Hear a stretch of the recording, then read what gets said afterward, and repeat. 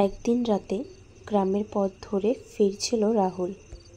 চাঁদের আলো ছিল, তবে চারপাশে ছিল নিস্তব্ধতা। হঠাৎই দূর থেকে একটা মেয়ের কান্নার শব্দ শোনা গেল। কৌতূহলে এগিয়ে গেল রাহুল। দেখল একটা লাল শাড়ি পরা মেয়ে গাছের নিচে বসে বসে কাঁদছে।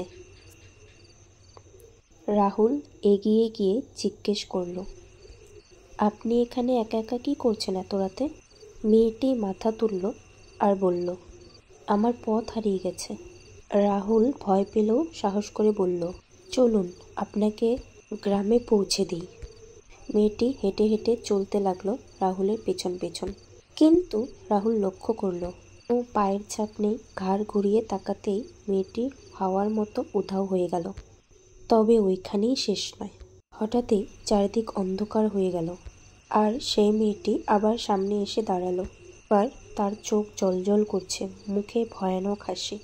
সে বলল, তুমি আমায় নিতে চাও? এসো আমার সঙ্গে চিরদিনের জন্য। রাহুল দৌড়তে শুরু করলো ভয় পেয়ে, যত জোরে পারে। পেছনে একবারও তাকালো না। এক সময় সে গ্রামের আলো দেখতে পেল আর অজ্ঞান হয়ে পড়ে গেল।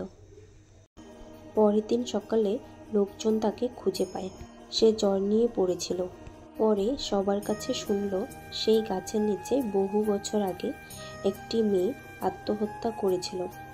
তারপর থেকে ওখানে অনেকেই অদ্ভুত অদ্ভুত কিছু দেখেছে।